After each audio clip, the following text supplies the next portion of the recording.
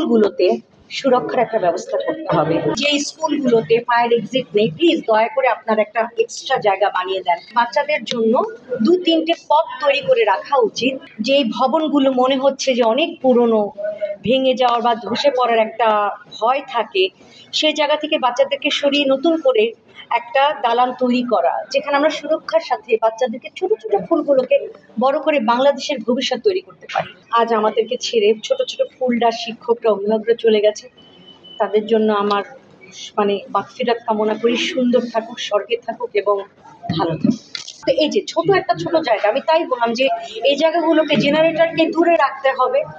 এই বিষয়গুলোকে সতর্কতার সাথে করতে হবে। শুধু যে আমরা বলে যাব তা না, আমাদেরকে বলার সাথে কাজটা করতে হবে। আমি যে স্কুলে কাজ করি সেই স্কুলে কিন্তু ফায়ার এক্সিট কয়টা জানেন? 5টা ফায়ার এক্সিট। এবং আমাদের কিন্তু প্রশিক্ষণও দেওয়া হয় কি করে, কখন যদি কোনো অঘটন ঘটে বাচ্চাদেরকে আমরা কি করে বের হবো। কিন্তু যদি একটা দরজা থাকে, একটা স্কোপ থাকে, সেই স্কোপ দিয়ে বের হওয়া খুবই কষ্টদায়ক হয়ে যাবে। তাই আমি মনে করি যে স্কুলগুলোতে ফায়ার এক্সিট নেই, প্লিজ দয়া করে আপনারা একটা এক্সট্রা জায়গা বানিয়ে দেন, যে সুরক্ষার জন্য নিজেদের, শিক্ষকদের, বাচ্চাদের, অভিভাবকদের। কোথাও যদি আমি ইন্টারভিউ দিতে যাই তখন কিন্তু আমাকে বলা হয় সেই ডায়লগটা বলতে, লাল সালু টানার ওজন নেই। তো এইটা যখনই আমি বলি আমার সেই পুরনো স্মৃতি খুবই মনে পড়ে যায়। আমি মিস দ্যাট টাইমগুলো। অবশ্যই হওয়া উচিত। আমি তো সবসময় ব্যতিক্রম ধর্মী অভিনয় করে এসেছি।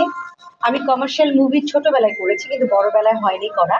কিন্তু লাল সালুর মতো বা দুখাইয়ের মতো বা জয়যাত্রার মতো যে 3টি আমি ছবি করেছি, চলচ্চিত্র করেছি, এরকম হওয়া আসলে দরকার। কারণ এখনকার জেনারেশন যারা আছে তাদেরকে জানানো উচিত যে আমরা কত কষ্ট করে এসেছি। আমাদের স্বাধীনতা হোক, আমাদের দুর্যোগ হোক, আমাদের সমস্ত পরিবেশ প্রকৃতির যে মোকাবেলা আমরা কি করে এসেছি বা কি করে করছি, এই জায়গাটা অবশ্যই আমাদের এই জেনারেশনকে জানানো উচিত।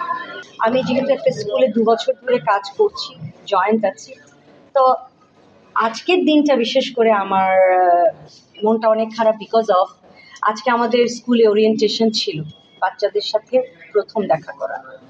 আমি এখন বলছি আমার লোম দাঁড়িয়ে যাচ্ছে, আমি সিরিয়াসলি। যেটা হয়েছে, যখন আমি ছোট বাচ্চাদেরকে আসতে দেখলাম, লিফট দিয়ে আসলো, সিঁড়ি দিয়ে আসলো, আমার দেখার পরে সেই ট্র্যাজেডির কথাই মনে পড়লো যে ওরা কিভাবে চলে গেল। আমি আজকে অনেক কিছু চিন্তা করলাম।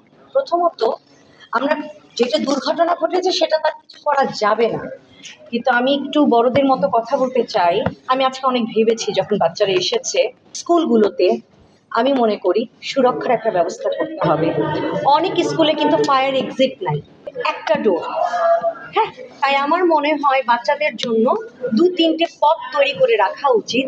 আল্লাহ মাফ করুক, কখনো যদি অকারেন্স ঘটে বাচ্চাদেরকে বের করে নিয়ে আসা হয়।